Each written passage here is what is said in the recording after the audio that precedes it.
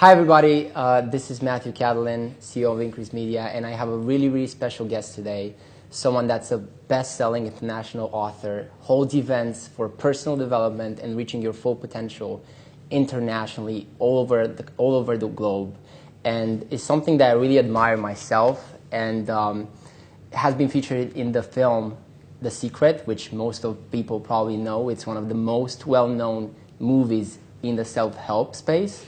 And he's going to be featured in a docudrama that's going to be made after the book, which we have right here, a copy of the original book of Think and Grow Rich, after the book of Think and Grow Rich. So that's going to be extraordinary.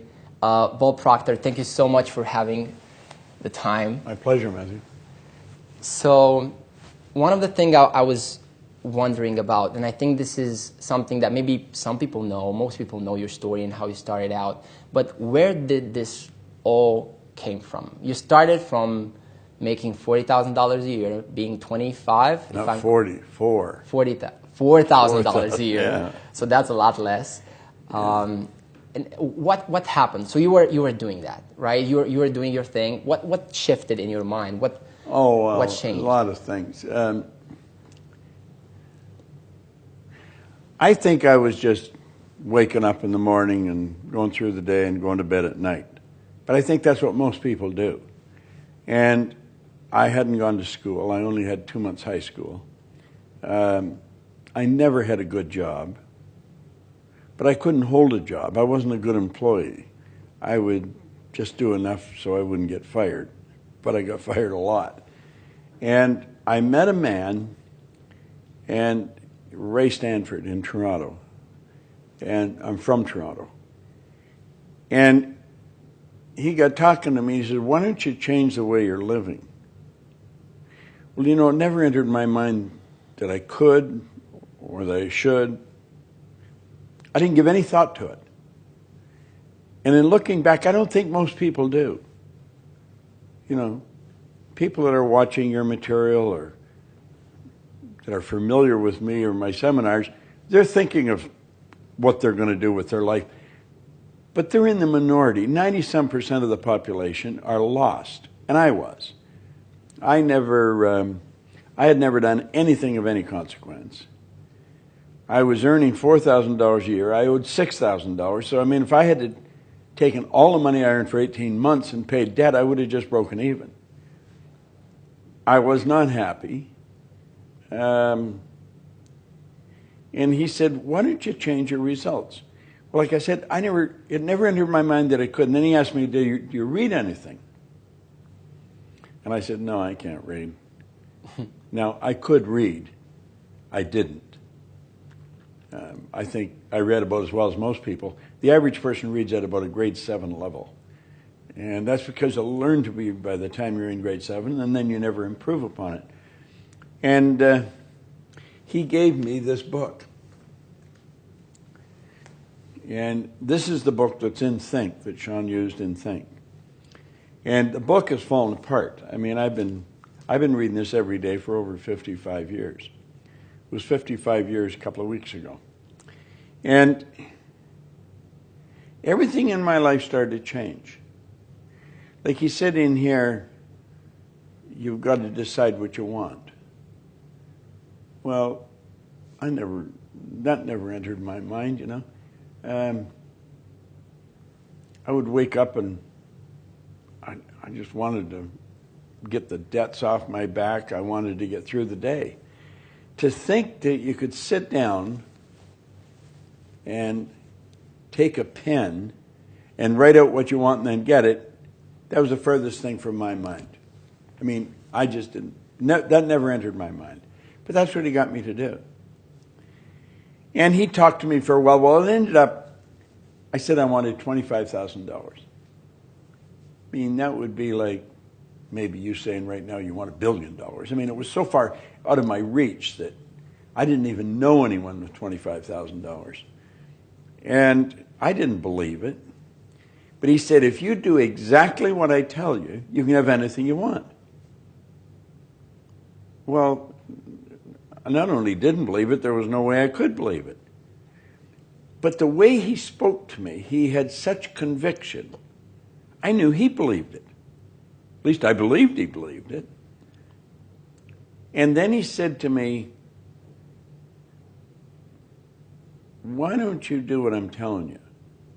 He said, your way's not working, mine is. He was happy, healthy, wealthy. And I couldn't even figure out why he was talking to me. And something inside me said, why don't you do what he says? So I thought, I'll try it. Just give it a try. You've got nothing to lose. And so I said, okay. And that's really where it all started. And he gave me this book. And he said, read this every day. He got me to commit that I'd read it every day.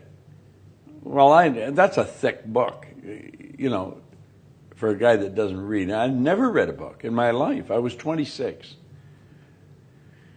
And you just trusted him. I started to read it. And he said, do exactly what I'm telling you, do what the book tells you. Well, my whole life changed. Just like that. How long did it took? Not long. What happened was, I carry a goal card. I always have one. And I keep it in a plastic sleeve. And when I touch that, see, when you write your goal, you create a picture in your mind. It's like painting a picture in words. And that picture is impregnated into cells in your brain. Well, when you touch something, your sensory factor touch is affected. It sends a light message through your central nervous system and activates those cells in your brain, so the picture of your goal flashes on the screen of your mind. Well, I didn't know any of this at the time, but he had me write it on a card. So I wrote the goal that I wanted on a card, and I put it in my pocket. And what happened was, I kept reading it. I started to treat it as a joke. But I started to think of earning money. Now you'd think, well, weren't you thinking of that before? No, I wasn't. I would get paid whatever they give me, and I was always in debt. So I was thinking debt. Now I'll tell you one thing I've learned. If your goal is to get out of debt, you'll probably stay in debt forever, because that's what you're thinking about. And I quit thinking of debt and I started to think of earning money. And I heard a guy say, there's good money cleaning floors. So I'm not proud, I'll clean floors. And I remember I had to borrow $980, and that was not an easy thing for me to do. I mean, I wouldn't have lent me money. Nobody wanted to lend me money. But I needed that much to buy a used floor machine and some buckets and mops. And he said something, he says, don't clean floors for somebody else, do them for yourself. So I was doing what they told me, and that's what I started to do. I got one office to clean, then I got another one, then another one. Then went from there? The first year I earned $175,000. In under 5 years, I was over $1 million. And I was cleaning offices in Toronto, Montreal, Boston, Cleveland, Atlanta, and London, England. I would just go and open offices and hire people to clean floors. All started from a joke, presumed joke. It was, yeah. It's like, I think it's fascinating that even though you don't believe something in that moment, even if you tell yourself a lie so many times, you will start believing it. Well, there's no question about that. If you tell yourself a lie often enough, you're going to start to believe it. And way around 1900, William James said, believe, and your belief will create the fact. It's got to be believed. You've got to believe it. And if there's no belief, it ain't going to happen. See, when you believe it, you're encased in the idea. You fuse with the idea. And that makes all kinds of things happen. In the movie Think, which you're going to be featured in, and which is made by the laws and the principle in this book, there's something that really touched my soul, which is the 3 feet from gold story.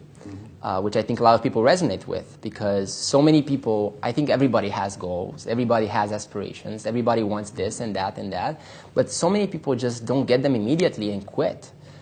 So how do you feel about that? Like, what level of belief do you need to have? You need to, like, never give up. What do you... I think it goes beyond belief. I think you have to know it.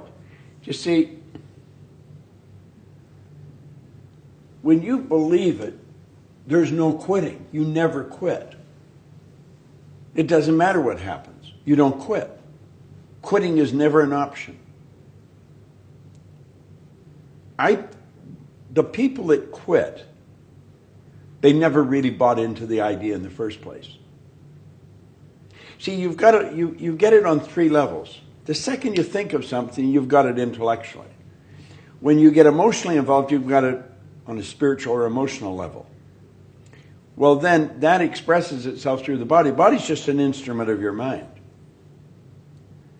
And so when you really buy into it, you literally fuse with it. Neville said you fuse with it.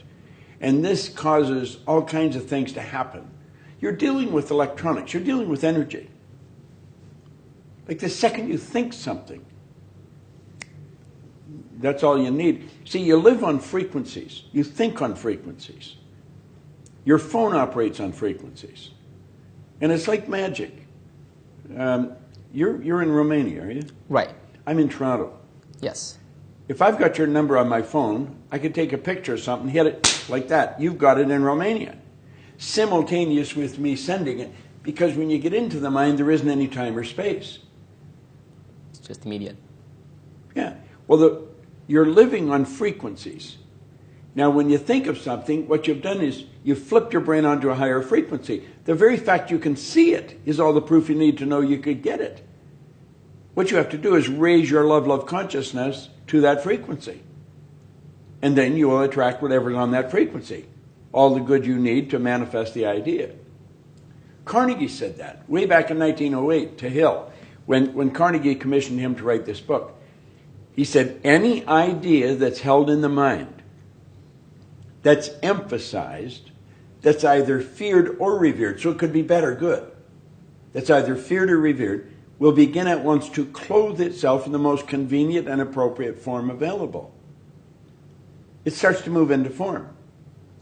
Werner von Braun, Dr. Werner von Braun, that was the mastermind of the moonshot, he told John Kennedy when he was president, he said, the natural laws of the universe are so precise that we don't have any difficulty sending people to the moon, and we can time the landing with a precision of a fraction of a second. Well, one of the first laws is the perpetual transmutation of energy. Energy is forever moving into form, through form and back into form. Now, what makes you and I unique is we can dictate the form it's going to move into, because we're creative beings. Like all the little creatures on the planet are completely at home in their environment. They blend in. You and I are the only people, or the only creatures on the planet, the human, that is totally disoriented in their environment. And that's because we've been given the mental faculties to create our own environment. I have read somewhere that once you think about something, you visualize it, you create it once, and then it's your job to create it in the real world. That's right. Everything's created twice.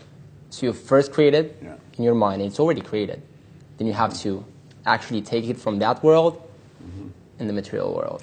Like, it took Hill from 1908 to 1937 to come up with this. 29 years. That's a long time. It is a long time. And he worked at it every day. And Carnegie didn't subsidize him, didn't give him any money. But what he gave him connections. The most powerful people on the planet at that Yeah, time. yeah. So you obviously did all this. You mastered the power of this, and at least you know you have a level of success that most people would wish for. Most people, I think most people, if they would envision the success that you have at the moment, or that most successful people have, they would say, if I would have that, I would not work again. What makes you get up every morning? Going in your age, right, is not the same as being 25, is not the same as being 30. What makes you, what's that purpose, that motivation inside of you that makes you wake up in the morning and work again and just inspire people and create this massive change that's happening, which is well, the people that powerful. quit work and retire, they don't even understand who they are. We're not made for work. Work's made for us. Right. What we've got to do is find out what we love. And then you have to do it because you love it. And so age, time, space, got nothing to do with it. Your mind is full of the idea. You get up, you wake up, you get up. You've got to get going because you've got places to go and things to do, people to see. Because you're in love with an idea. See, when people quit, like 3 Feet from Gold, they weren't in love with that idea. They were going after the money. It wasn't the idea that motivated them. It was the money that motivated them. And that's why they quit. See, when you're going after what you want, and that's one of the big problems with people when they set goals. They set a goal to do what they think they can do. Well, there's no inspiration in that. It's got to be what you want to do. See, wants come from the essence of who we are. We're spiritual beings. And we are a soul. We don't have a soul. We are a soul. And the soul is forever seeking its awareness of its oneness with that which is, which I call God. Well, spirit's always for expansion and fuller expression. It's never for disintegration. So there's a basic law of the universe. If you're not growing, you're dying. It's create or disintegrate. Nothing stays where it is. We live in an ocean of motion. Entropy. So it's the spirit within. Our spiritual DNA is perfect. There's perfection within every one of us. Well, it's that perfection seeking expression through us. It causes us to want. If you run, you want to run faster. If you jump, you want to jump higher. If you're selling, you want to sell more. Doesn't matter what you're doing, you want to do it better. When people understand where wants come from, that's when their life starts to change, I think. When we're kids, we go to mom or dad and we say, Mom, Dad, I want. And we tell them something, and they're busy doing something. They say, well, how are you going to do that? Well, of course, the kid hasn't got any idea. And because he can't say how he knows, well, so he gives it up. And that's why when people grow up, when they want something, if they don't know how to do it, they let it go. They've been doing it since they were little kids. They were directed to let it go. There's no money. We don't know how to do it. We don't know the right people. So we let it go. So we don't go after what we want. Most people set goals to do what they think they can do. There's no inspiration in it. That's why 90% of them set a target and they quit. They set a target and quit. When you're going after your heart's desire, you don't quit. And then why most people don't get what they want out of life? Is it... Well, they don't know what they want. That's right. You see, I got this, and then I got Earl Nightingale's condensed narration of this on a long playing record. And I'd listen to that record over and over and over again. One day, I was in the business, in the cleaning business. I had salespeople. And I had them listen to this record. Every morning we listened to this record. And one day I said, you know, I'd love to meet him. And I didn't know who Earl Nightingale was. He was a voice on a record. That was it. I didn't even know where he lived. And a young guy that worked with me, he said, no, you wouldn't. He said, if you wanted to meet him, you'd go and meet him. I thought, damn, he's right. So I phoned, and I got an appointment with him. Now, at the time, he was the most listened to man in the history of the broadcasting industry. He was a radio broadcaster. And not an easy guy to get to, but I got to meet with him for an hour. I flew to Chicago. I spent an hour with him. And when I was leaving, I said, Earl, what's the big deal? You know? I mean, what's it all about? He said, there's no big deal. He said, it's It's very simple. He says, simply decide what you love to do and then dedicate your life to it. He says, the problem with most people, they don't know what they love to do. They never take the time to sit and ask themselves. What they're doing is trying to, I think I can get earn good money here. I could do it. You know, it's where can they earn some money? It's not what they love to do. Well, I was sitting there. Now, I had offices all over the place. I had a lot of people. I was earning a lot of money. And I got excited because I knew exactly what I wanted to do. I wanted to do what he was doing. And I made up my mind sitting in his office. That would be somewhere around 1965. That I was going to go back and I was going to work with him. And in 1968, I moved to Chicago. I left my own company. I moved to Chicago and I started to work with him. Why? Because I wanted to. I had to move my whole family. I had to get a green card. I had to move my whole family to Chicago from Toronto. But I got a double benefit out of it because I got to work with his partner too, Lloyd Conant. Lloyd Conant was a giant of a man. What a great guy. And he and Earl both mentored me. See, any success I've had because I've got great mentors. And I'm a good student. Now, until I was 26, I was a terrible student. When I picked up this book, I became a great student. I've got thousands of books. I have an office at home in my home. It's got a couple of thousand books in it, and then I built a studio, and I've got a couple of thousand books in the studio. I love reading. But the success that I've enjoyed is because of the mentors or the coaches I've had. I would do exactly what they tell me. And if I coach somebody today and they don't do exactly what I tell them, I don't coach them anymore. Just like that, it's all over. It's not ready. Well, it's not that only that they're not ready, but if I'm going to coach somebody and they're not doing what I tell them, I'm wasting my time and theirs too. Now, if they want to waste their time, that's their prerogative. I'm not going to waste mine. That's powerful. And what happened after? So you went and worked with Earl. After creating your businesses. There was more to it than that. I was living in England, and I was earning all kinds of money. But I didn't know why. I didn't know how it happened. I'd been raised to believe if you're going to earn a lot of money, you're going to be really smart. Well, I didn't think I was really smart. In fact, I knew I wasn't. But I was earning a lot of money. I was raised to believe if you don't go to school, you can't get a good job. I hadn't gone to school. I didn't have a good job. I owned the whole company. So then I started to think, I wonder how many things I believe are not true.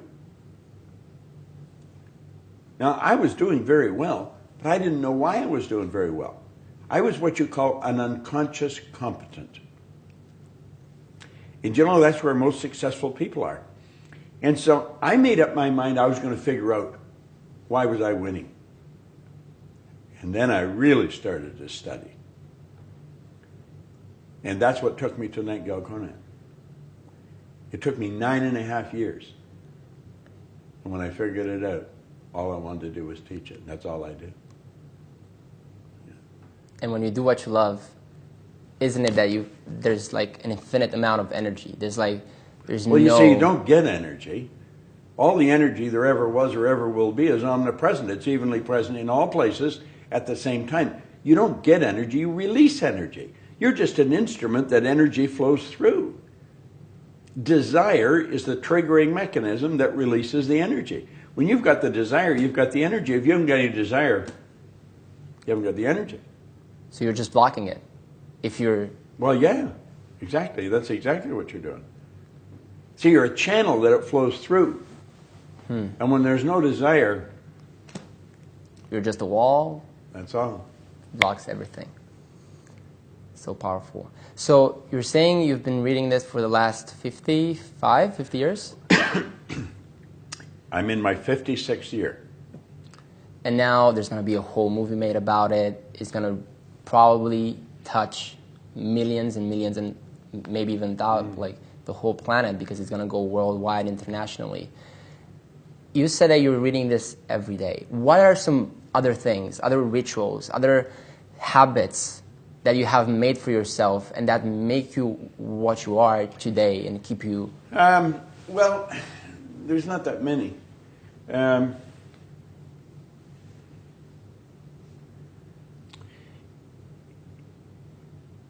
If I want to do something, I find somebody that's already done it, and then I do exactly what they tell me.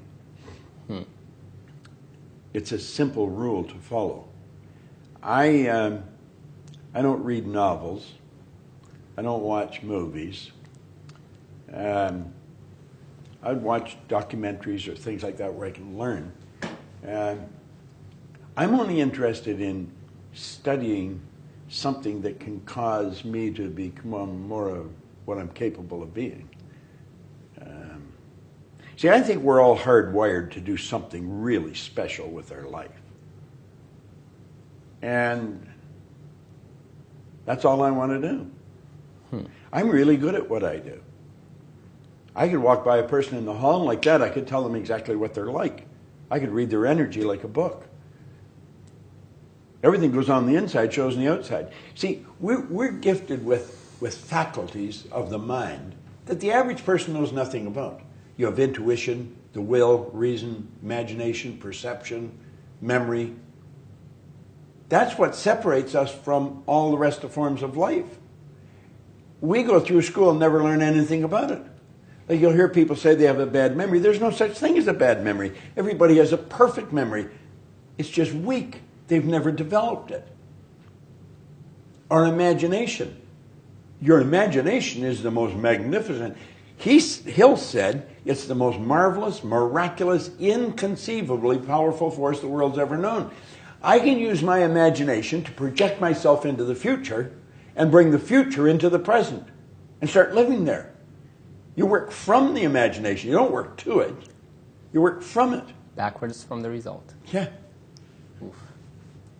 So you're basically saying that because what I see happening, I mean, I meet a lot of people and I see a lot of limitations and a lot of limiting beliefs, as you may call them. And one of them is, oh, these people that are having success, they have something. They're special. They have this or they have that, or they had money, or they had a good family, or they had good environmental factors, or whatever they may say.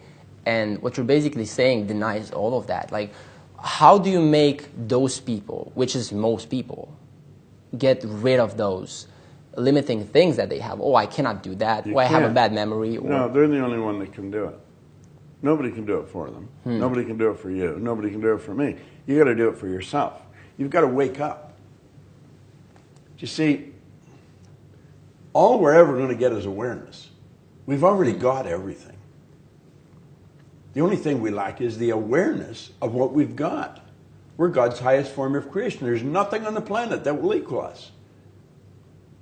Well, that's all any of us are after. Most people that are teaching don't know what they're teaching. 80% of the people that teach have never done what they're teaching. So true. Oh, yeah.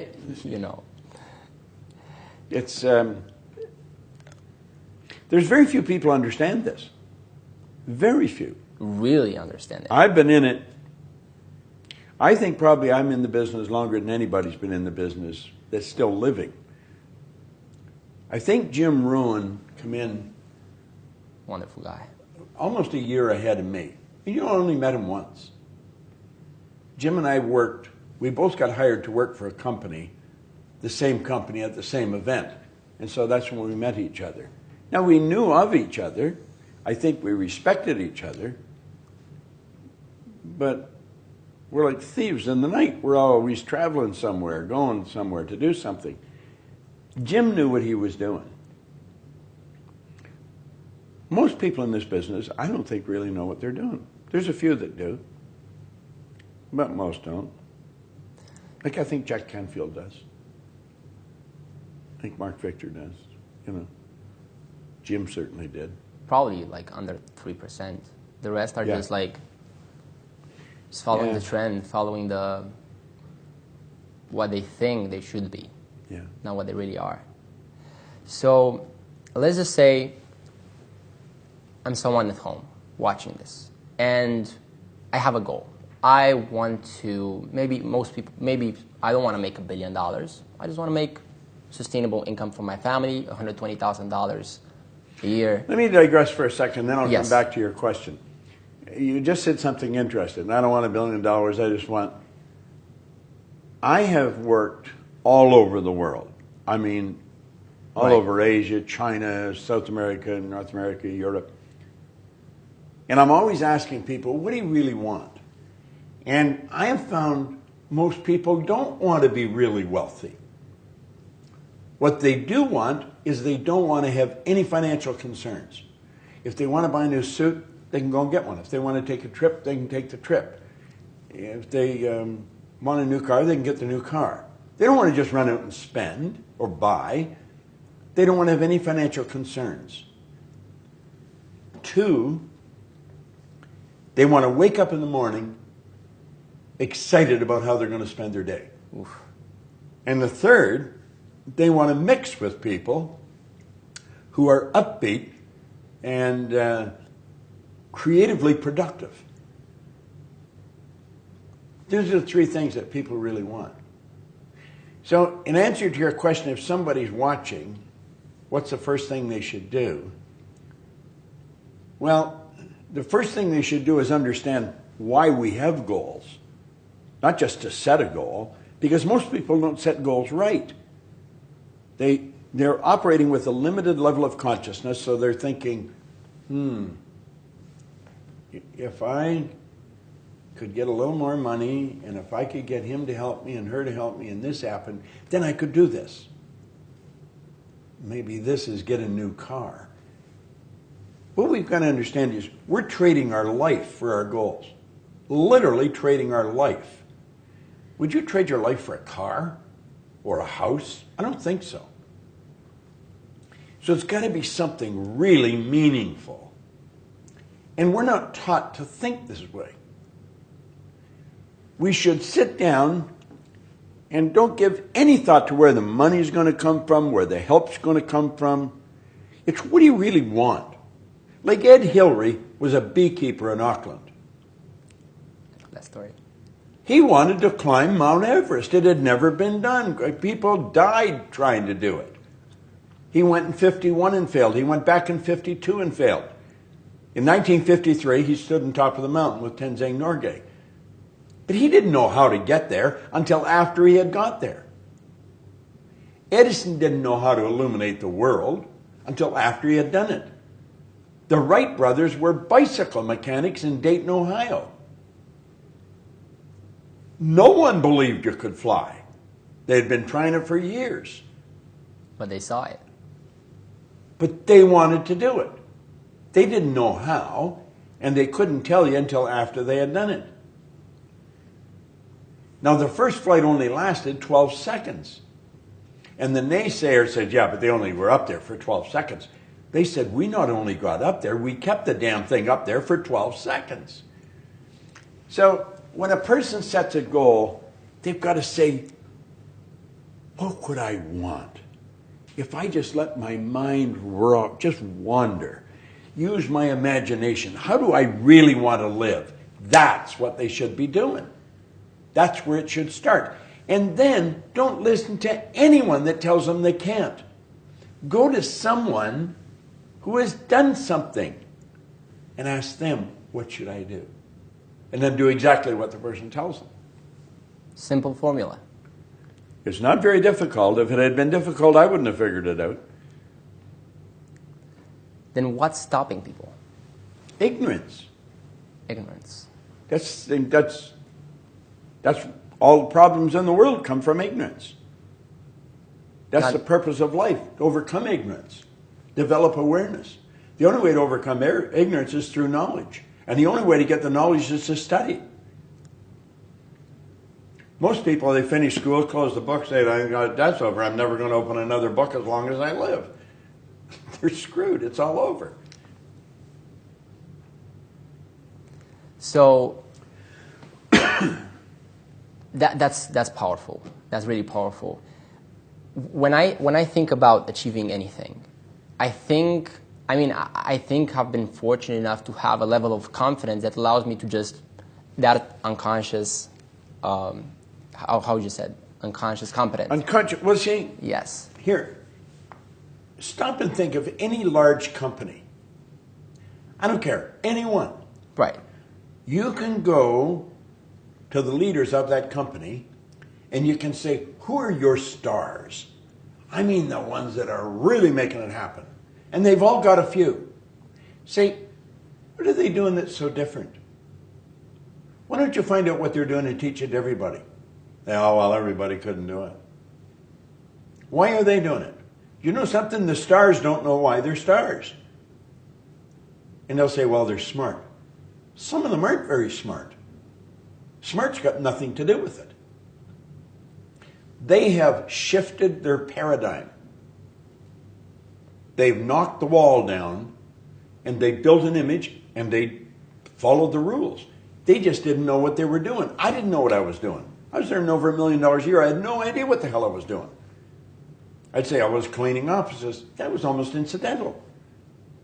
What I was doing, I was reading this every day. I was listening to the recordings every day. I was reprogramming my subconscious mind. See, you're programmed. Right. Now, I've never met you before, but I'll tell you something about you. You've got a shy side to you. You've got a very sensitive side to you. Not everybody knows this, but I know it. You can enjoy being by yourself. You don't have to be with people. You're sort of quiet and you go out by yourself. You have a very sensitive and you're emotional and you're impulsive. Do this. And so when you go to do it, then there's another side to you that's a polar opposite to that. When you go to do it, the other side says, Matthew, maybe you shouldn't. So you've got a lot of do it, don't do it going on in your mind. You operate almost perfectly from the right and left hemisphere of your brain. You're almost right down the middle. In fact, you're good at all kinds of things that are totally unrelated. So you have difficulty. Now, I could keep going. I could tell you more. How do I know that? I can read your energy. I can feel it. Everything about you tells me that. I don't have to ask you if I'm right. I know I'm right. I know you're a man. I know you're a woman. You'll say, well, God, everybody knows that. No, they don't. Babies don't know. Babies don't know the difference between male and female. The baby has to develop an awareness of the difference in gender. Well, at a very early age, we put a cap on awareness, and then we say, now it's all about the intellect. And so we've got lessons in school, and you've got to remember what's in the book, and if you pass the test, you get the degree. There's all kinds of people walking out of schools with degrees. They're going crazy by degrees, and yet they can't find work. They're broke. You got people that have a doctorate in economics, and they're broke. How could that happen? Because they don't know how to use the information they've gathered. These higher faculties we've got are like magic.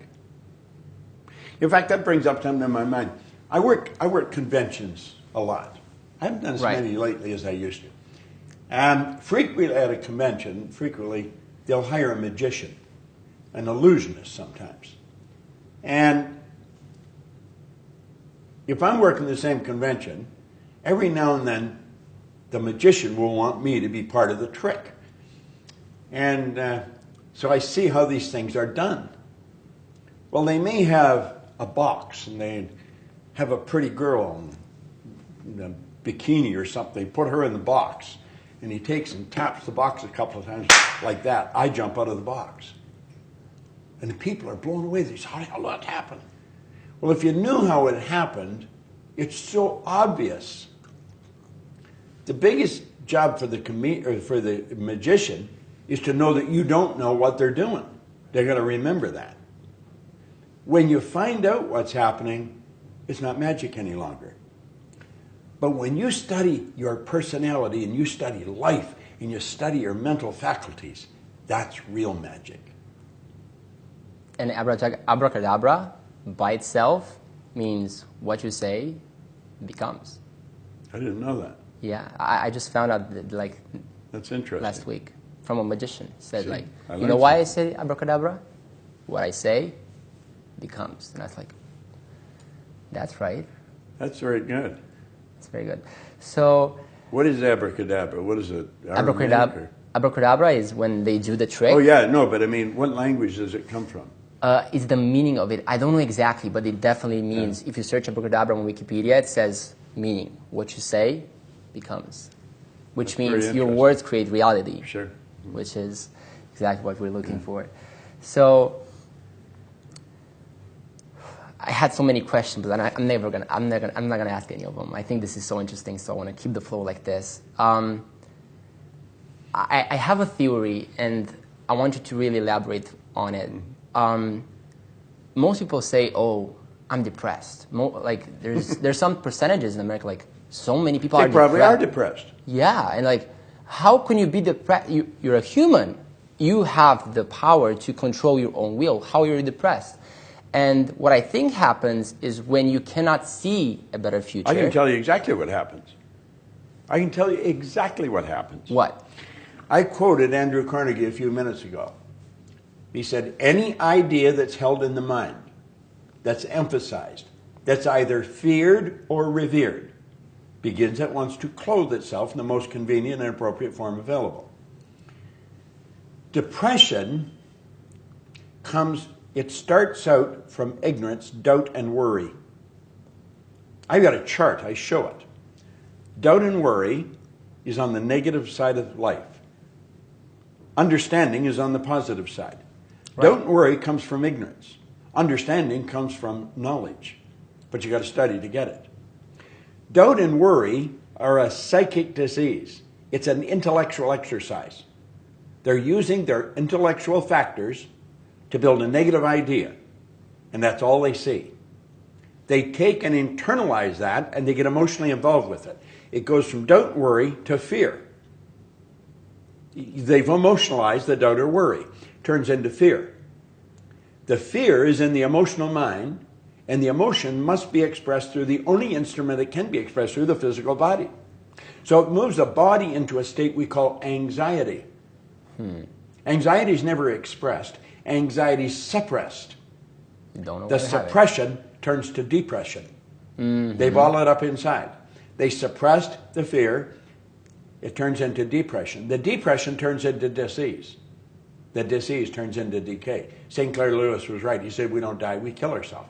Now, what is the opposite of all that? You'll go from ignorance to doubt and worry to fear to anxiety, suppression, depression, disease, disintegration. Go over on the other side. You go from understanding to emotional state called faith. You just know it's going to move into form because you understand the law. Faith isn't believing something you can't see. Strange thing about faith and fear, they both demand you believe something you can't see. Why would people choose fear over faith? Because they're ignorant. So you go from understanding to faith. The faith manifests on the physical plane, not as anxiety, as well-being. The well-being is not suppressed, it's expressed. And the expression turns to acceleration. You're building energy. And that is because there's no dis-ease, you're at ease. And that turns into creation, not disintegration. It's all a mental trip that they're building. Now they go to the doctor gives them Valium or some kind of drug to cool them out. He gets them numb so they don't know what the hell they're doing. I could show anybody how to overcome depression if they'll do it, but they got to do it. And that's where repetition comes in. I heard a beautiful story about how we're always treating the effect, and now we're not reinforcing the cause and what makes stuff happening. And there was this beautiful story about if you have a cocoon in which inside there's an animal that wants to get out of it, right? What people do is like, oh, this thing it's hurting, it's trying to get out. Give him Valium, basically what we're doing with humans. So if you would do that, you would not only hurt the living thing, but you will also stop the growing process. Yeah. So I think you probably have a better version of this, but so many people look at adversity Like it's, oh, adversity, go away, repression, fear, all this stuff. When it's something good, makes you grow, makes you become someone better. Well, like he says, in every adversity has within it the key to something great. Problems are nothing but opportunities. You just got to look at it and figure, I'm going to figure this out, you know. They're not bad things. They're good things. See, pardon me, we're conditioned, first of all. If you stop and think, where do we come from? There's a little particle of energy from mom, a little particle of energy from dad. That's the moment of conception. And then an attractive force is set up. All of mom's DNA and all of dad's DNA, all their belief is locked up in those cells. All their conditioning. 280 days later, you make your debut on the planet. You're born. Then, and your subconscious mind is wide open. It's like that glass. You can put anything in there you want. The subconscious has no ability to reject. It is amoral. It is totally deductive. It can only accept. It cannot reject. So then the baby is surrounded by the people that's in that environment. If you took a baby out of Serbia, somewhere here just outside of Belgrade, sure, and you take that baby to the suburbs of Beijing, or maybe New York, that baby will grow up fluent in Chinese or English and have no knowledge of the Serbian language. And yet it was born to Serbian parents. The environment. It's what creates. It has a greater influence than genetics. However, you look like your relatives because of the genetic conditioning, and then on top of that you've got the environmental conditioning. Well, all that conditioning is repetition in your subconscious mind. It forms something we call a paradigm. A paradigm is nothing but a mass of habits or a mass of ideas that express themselves automatically without any conscious thought. And that paradigm keeps us going. It's in our subconscious mind. We gather information in our conscious mind, but it's the subconscious that moves the body. And if we don't change that paradigm, nothing happens. That's what I did when I got into this book. It was the repetition of information that was totally foreign to me. It was totally foreign to anything I had ever heard. And as I started to listen to it on recordings, I couldn't stop listening to the record. I had never heard anybody talk like that. I thought, wow, anybody can have anything they want. What if that's true? Well, I found out it was true. That's the way we live. And I think, the reason I'm doing this interview in the first place is because the people that are ignorant and that they say, oh, that couldn't be done, or it's not possible for me, or he's special, or I cannot do it. Like, how can you see Bob Proctor right now on video, see where he was, what he did, and where he's at right now, and still not be moved by it? I think that's the power of it. You know, when I was given this book, you would never have hired me to do anything. I was losing. Right. On the 14th of this month, I'm being recognized in Carnegie Hall in New York. Congratulations. Well, but there's such a difference in the two situations. So totally different. You think, how does that happen? It's in here. You say you're putting this on YouTube or Facebook or something? If a person will watch this every day, the whole thing, not just a little bit of it, not just a little part that really got them interested, but if they got up an hour early every morning and watched this every morning, and they did that for an entire year, I guarantee you they would double their income. And I don't even care what they're earning. I could show anyone how to turn their annual income to a monthly income. I can show anyone how to become a millionaire. But they got to do exactly what I'm telling them. And people say, well, that doesn't make any sense to watch it every day. Not according to the consciousness that you're operating with. But if you were operating with my consciousness, it would make a hell of a lot of sense. I get up 5:15 every morning. and I study. So if a person said, I'm going to get up an hour early, that's 1 hour every day.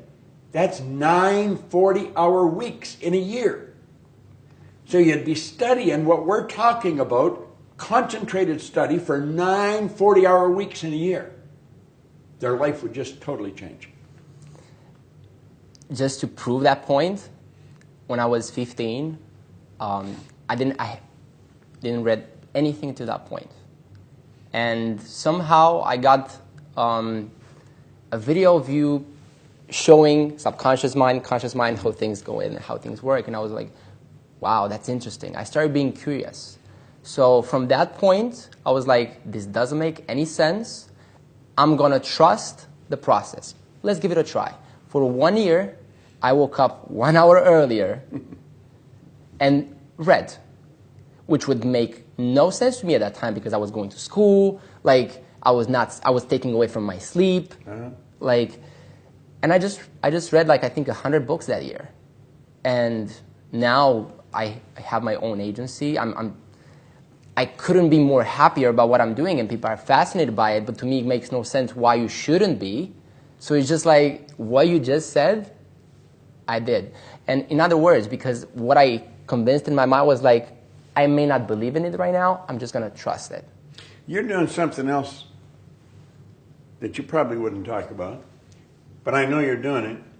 When I was talking to Scott, he told me that you were really good at what you do, and you were promoting Think, and you weren't getting paid. I'm not. Well, you know, that's interesting. He said, if you're not willing to do more than you're being paid for, you'll never be paid for more than you're doing. Giving is one of the laws of the universe. You've got to willingly give and graciously receive. And if you have to think before you give, you're trading, you're not giving. That was probably one of the best investments you've ever made. First of all, you're dealing with one heck of a good crew. Oof. With Scott and Sean. I mean, those guys, amazing people. They're class. They are really class act. And you're going to make connections through that and it feels natural couldn't to buy. me. Well, that's why it is natural. That's why you're doing it.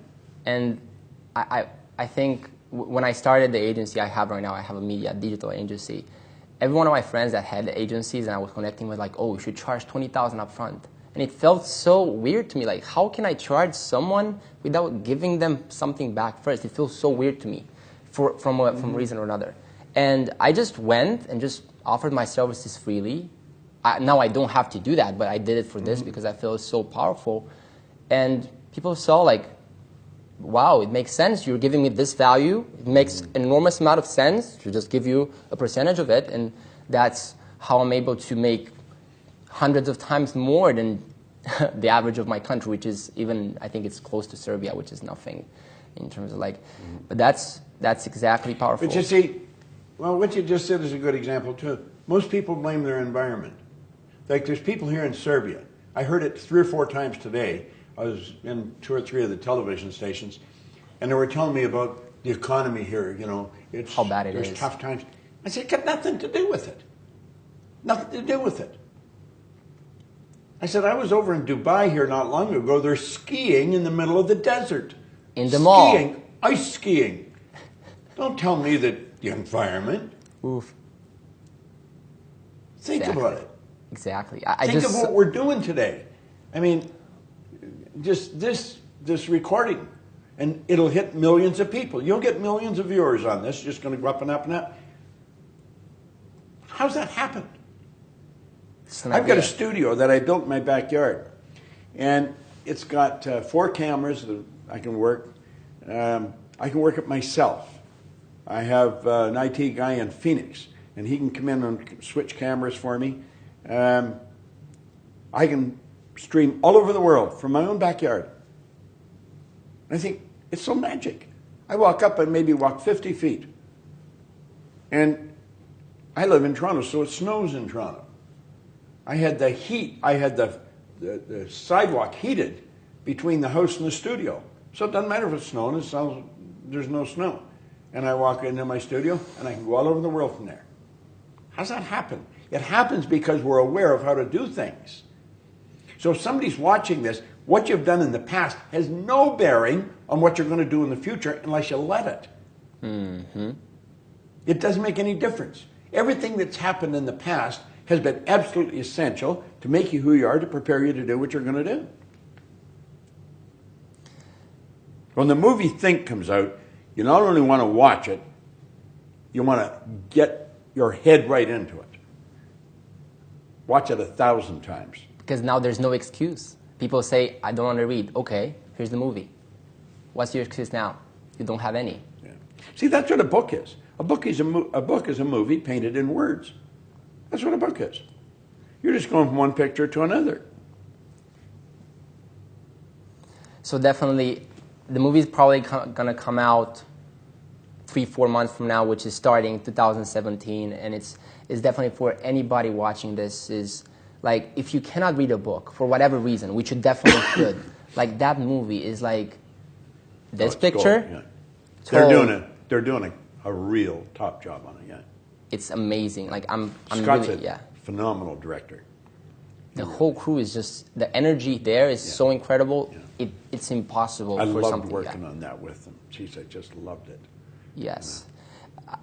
That's the reason I'm in it too. It's so fascinating to me to see that energy coming together. Like, that's going to be huge. And it can impact so many people. So I'm really excited about that. Last few questions. This is like kind of the 3 questions I have for everyone I'm interviewing. And it may apply to you, may not, but let's just ask them.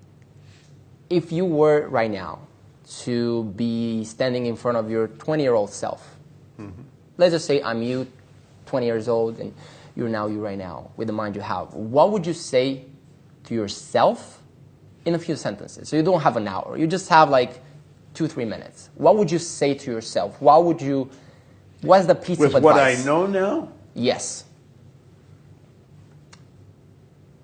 I would get into network marketing. I've never been in it, but I do a lot of work around it. I think it's one of the most phenomenal areas for a young person to get in and build a great organization. They don't have to have any money, but they've really got to apply themselves. They say only 2 or 3% win in network marketing. Well, that's true in every industry. But there's the opportunity to build a great organization with no money. And you can help a lot of people. And that will make That's you do what it's anything all else. about. Like, you're helping millions of people with this. Our company made a commitment. We're building schools in Africa. We build a new school every week and a half. Our company does. Amazing. Our goal is to build one every week.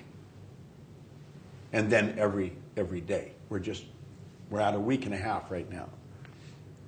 And like you're doing that, like so many amazing people are just doing the same things. And it makes no sense to the ordinary person. Like, why would you give your money to build schools for people when Tony Robbins is feeding 30 million people, when you are building schools every week? You see, if I were 20 again and know what I know now, I would get into something where I could grow, where I could serve other people and earn profit doing it. You've got to earn money. Profit is the first order of business. If you're not earning profit, you're on your way out of business. But that's not the purpose of any human organization. The purpose of all human organizations is to make life more meaningful. So you got to earn a profit to keep the company growing. But the purpose is to make life more meaningful. If we take all the people out of this building, you don't have a hotel any longer. You've just got a building full of stuff. The hotel is the people, the employees. That's what I would do. Powerful. Okay. This one is I always get fascinating answers on. Do you have any regrets for your life? No, absolutely not. I'll tell you, I probably would have said yes 15, 20 years ago. Then what happened? I was watching Johnny Carson's show, The Late Show, and Johnny Carson wasn't there. George Carlin, the comedian, was sitting in for him. And they're both dead now. Vincent Price, a movie actor, was a guest. He's gone too. But Vincent Price had just shot a pilot.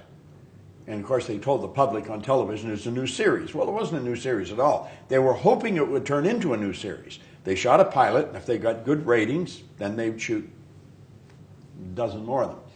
Right. And so after they went through the small talk, Carlin says to him, well, tell me, Vincent, tell me about your new series. And Vincent says, oh, I think everybody's going to love it. He said, it's about a train, and it's like a magic train. Is you can buy a ticket to go back in your life. I would pay for that. Any point you want to start over. And he said, when you get there, I'm the conductor on the train. I stop the train, I let you off. And he said, I think everybody'd like to go back and start over at some point, don't you think so? I thought, yeah, I could think of a couple of things where I could have started over. And George Carlin said, no, I don't think so. He said, if I went back and changed anything that had happened in my life, I wouldn't be me. And I like me. I thought, God, what a perfect answer. No regrets. Everything that happened was necessary to make me who I am, to prepare me to do what I'm going to do. And you see, the crazy part about it, none of us know what we're going to do. We think we know. Right. We got a track, but things happen.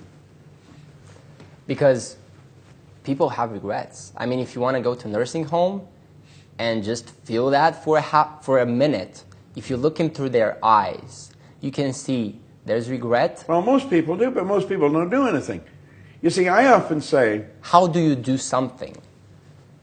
well, there's where the goals come in. That's where the purpose for life comes in. You got to have a main purpose. You got to have a purpose for life. And you've got to have meaningful goals. They've got to be meaningful. You're trading your life for it. Like I often say in a seminar, I want you to imagine you're at the end of the road. And you know you're at the end of the road. Your body's so weak, they've got you tied in a wheelchair. Or they've got you in a crib bed so you don't kill yourself. Right. Just imagine, all you can do is relive your life. I want you to imagine you're there and you go back and think, God, I wonder if we had moved there, what would have happened? If we had started that company, remember we're going to sell the house and start that company. If we had done this, I wonder what would have happened. And then, God, if I could only do it over again. I said, wouldn't that be terrible? Spend the last days of your life like that? Wouldn't it be better if you look back and say, wow, what a trip. God, I remember we did that. Remember we blew our brains out on that. We lost everything we had. But you know, when you lose it big enough, it can be exhilarating. And then we did this. And what you're doing is laying there and you're reliving your whole life. And that's the goal. Got to have the goal. With that being said, if there's something you can do right now is get the book, stay updated. When the movie goes up and it goes live, watch it. There's a saying on all of your seminars, on the tickets, if you have to borrow money for this, do it. It may be the last time you're doing it. Listen, wow. When I read this, I owed everybody I knew money. But the guy that told me, he said, don't clean officer for somebody else, do them for yourself. And he told me where I could buy a used floor machine and some buckets and mops. It was going to cost $980. I mean, I didn't know anyone would lend me money because I never paid them back. Not that I didn't want to, I just never had any money. Well, I searched and searched and searched, and I found a guy that lent me $1,000. So when somebody tells me they can't borrow money, I know that they haven't tried. I think anybody can borrow $1,000 somewhere. And that's what I did. And I turned it into a multi-million-dollar organization. I sat down one day with my pen in this business. I said, I'm going to build a company that operates all over the world. We operate all over the world. So if you have to borrow money, borrow the money. But get into the business. Actually do it. And anybody wants my book, you can get the Born Rich book, you can go, we give it away. If you go on our site, go to bobproctor.com or proctorgallagher.com. Download some of the stuff. We give a lot of good stuff away. Yeah. And start listening to it. Watch this recording. Watch it 1,000 times. Be the best hour you ever spent. Because what I'm going to do, I'm going to reprogram your mind just through listening to me saying the same thing over and over again. You're going to think, wow. You know. So powerful. Matthew, I've enjoyed this. This has been good. I love it too. Let's finish with something. Let's give people 3 things to do. Read the book, do this, do that. What would you say right now? Because I'll tell you exactly what to do. let's hear those. Sandy Gallagher is my business partner. Love her. She is really good. She was going through a very tough time personally a number of years ago. We were in Phoenix. We were doing a seminar. I had to leave, catch a plane somewhere. And she said, before you leave, could we get together maybe for a cup of coffee? Could you, I want to talk to you. And I said, sure. So we went across the road to a coffee shop. And we were sitting there. And she said, could you give me 2 or 3 ideas that I could do every day that would help me through this? I said, sure. I didn't know what I was going to tell her, but I knew I would tell her something. So I said, every day, I want you to take a pen and write down, every morning, write down 10 things you're grateful for. But you've really got to be grateful. You've got to feel it. You're really grateful. Then I want you to send love to 3 people that are bothering you. If they're bothering you, you don't like them. They've got nothing to do with it. You're thinking bad thoughts about them. You're putting yourself in a bad vibration. Send love to 3 people that bother you.